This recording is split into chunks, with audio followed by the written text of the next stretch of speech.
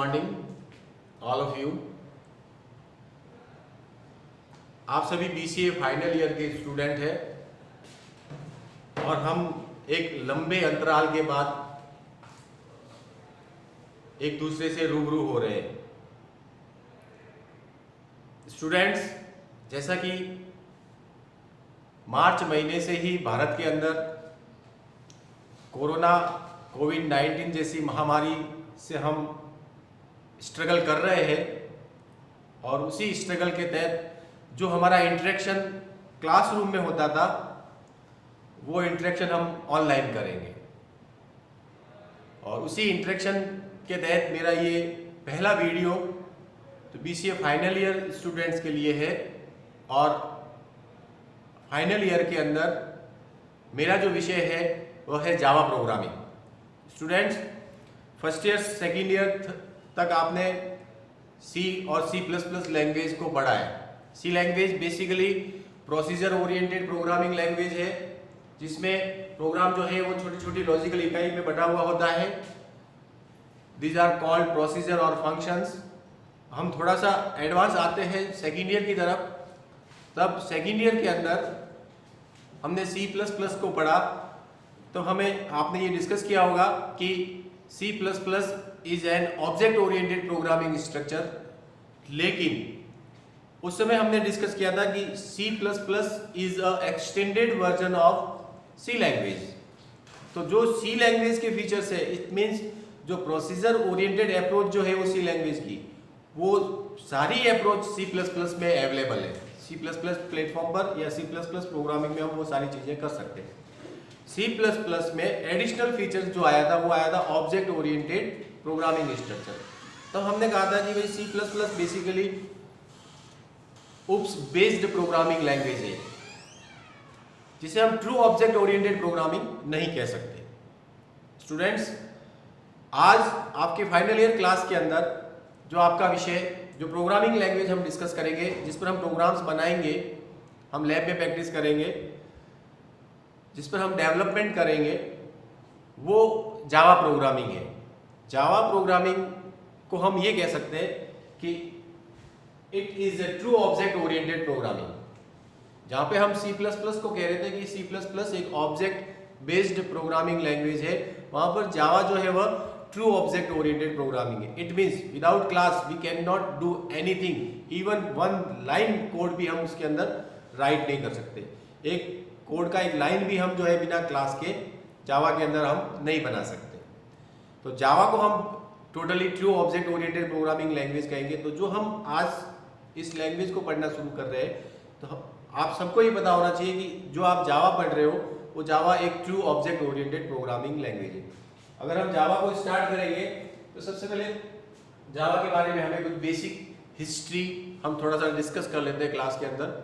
फिर उसके बारे में उसके फीचर्स है, फीचर्स के बाद जावा का प्रोग्राम किस जगह कहाँ पर कैसे हम लिखेंगे और उसे किस प्रकार से रन किया जाएगा, कंपाइल किया जाएगा, और उसके बाद उसके एडवांस फीचर्स जो जावा के अंदर हमें पढ़ने हैं। क्योंकि UPS के कॉन्सेप्ट हम C++ में पढ़ चुके हैं। वो सारे कॉन्सेप्ट जो ऑब्जेक्ट ओरिएंटेड प्रोग्रामिंग स्ट्रक्चर में होते हैं वो जावा के साथ इंप्लीमेंट होते हैं, but Java introduce with some special features. कुछ ऐसे स्पेशल फीचर्स है जो जावा के अंदर इंट्रोड्यूस किए गए ऑब्जेक्ट ओरिएंटेड के साथ साथ। Even the unwanted features of C and C++ are deleted. जो ऐसे फीचर्स थे जिनका प्रोग्राम में प्रयोग नहीं होता है, या वो अनवांटेड फीचर्स है C लैंग्वेज के या C++ के, उन्हें जावा के अंदर रिमूव किया गया। तो हम थोड़ा सा हिस्ट्री में डिस्कस करेंगे। तो बेसिकली जावा प्रोग्रामिंग लैंग्वेज जो है उसको सन माइक्रो सिस्टम ने डेवलप किया है, और सन माइक्रो सिस्टम का एस्टेब्लिशमेंट 1982 का है। 1982 के अंदर बेसिकली 4 पर्सन्स थे जो इसके को फाउंडर थे। उसमें से one of the mister Vinod Khosla. Vinod Khosla was the co founder of Sun micro system, लेकिन इन्होंने 2 साल के बाद ही इस इंस्टीट्यूशन को, इस कॉर्पोरेशन को छोड़ दिया था। Basically Java Sun micro system जो है वह कंज्यूमर इलेक्ट्रॉनिक प्रोडक्ट को, जो कंज्यूमर इलेक्ट्रॉनिक प्रोडक्ट जो मार्केट में अवेलेबल है उनके लिए अप्लायंस के लिए छोटे छोटे एप्लीकेशंस डेवलप करता था। तो सन माइक्रो सिस्टम उन अप्लायंस के लिए जो एप्स या जो प्रोग्राम्स या माइक्रो प्रोग्राम्स डेवलप करता था, तो उसको अलग अलग प्लेटफॉर्म पे वर्क करना होता था। कभी वो सी का यूज़ करता था, कभी C++ का यूज़ करता था। तो वहाँ पर जो डेवलपमेंट होता था, उन्हें सबके लिए एक ही नीड थी। System it means platform, it means different operating system होते थे, उस पर भी उनको प्रॉब्लम आती थी। अलग अलग प्लेटफॉर्म पे प्रोग्राम को डेवलप करना, अलग अलग प्लेटफॉर्म के लिए अलग अलग प्रोग्राम डेवलप करना, वो ज़्यादा प्रॉब्लम आ रही थी उसी समय। तो उनकी सबकी नीड थी कि हम एक ऐसी लैंग्वेज डेवलप करें जिसके लिए किसी स्पेसिफिक प्लेटफॉर्म की नीड नहीं हो, या हम ये कह सकते हैं कि वो ऐसी लैंग्वेज जो प्लेटफॉर्म इंडिपेंडेंट हो। उसी पे उनका रिसर्च चल रहा था। तो जो टीम इसका रिसर्च कर रही थी, उस टीम को ग्रीन प्रोजेक्ट टीम दिया गया। टीम का नाम था ग्रीन प्रोजेक्ट टीम, और ग्रीन प्रोजेक्ट टीम के जो हेड थे उनका नाम था जेम्स गोसलिंग। हम ये कह सकते हैं कि Java was developed by James Gosling at Sun micro system, और जिस टीम के तहत इसका डेवलपमेंट किया था उसका नाम था ग्रीन प्रोजेक्ट टीम। बेसिकली जब जावा को डेवलप किया था तो उसका नाम ऑक रखा था, लेकिन जब इसको रजिस्ट्रेशन करने के लिए गए तो इस प्रकार की कोई पहले से भी लैंग्वेज रजिस्टर्ड थी, इसलिए इसको ऑक नाम नहीं देके और इसको इन्होंने जावा के नाम से रजिस्टर कराया। Java basically a breed of coffee. जैसे आप जावा के आइकन्स को देखेंगे तो एक कॉफी का कप आपको दिखता है, तो जावा भी एक कॉफी का एक ब्रीड है, तो वो उन्होंने जावा के नाम से उसको रजिस्टर करवाया। बेसिकली कंज्यूमर इलेक्ट्रॉनिक प्रोडक्ट के लिए एप्लाइज बनाते थे ये।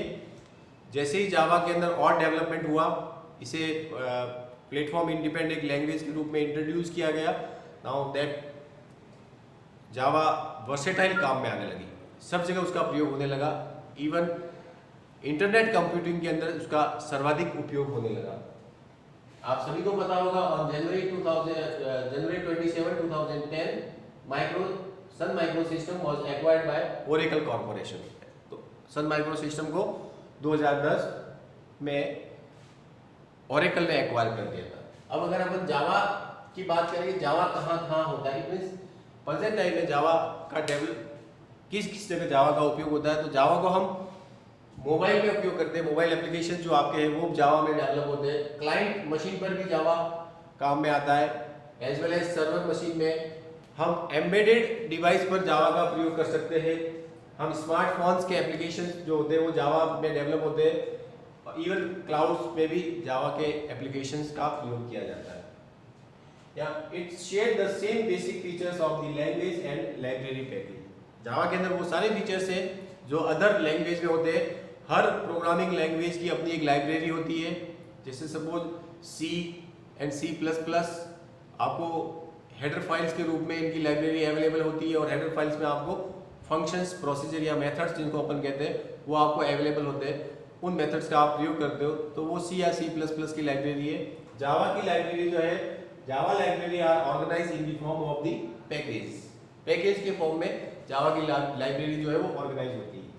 जावा का एक प्रिंसिपल है, स्लोगन कह सकते हैं हम, principle of Java right one run anywhere. It means right one, एक बार लिखिए और उसको कहीं पर भी किसी भी प्लेटफॉर्म पे रन कीजिए। जावा का स्ट्रिंगिंग फीचर्स, सबसे एडवांस फीचर जावा का ये है कि Java is a platform independent portable language.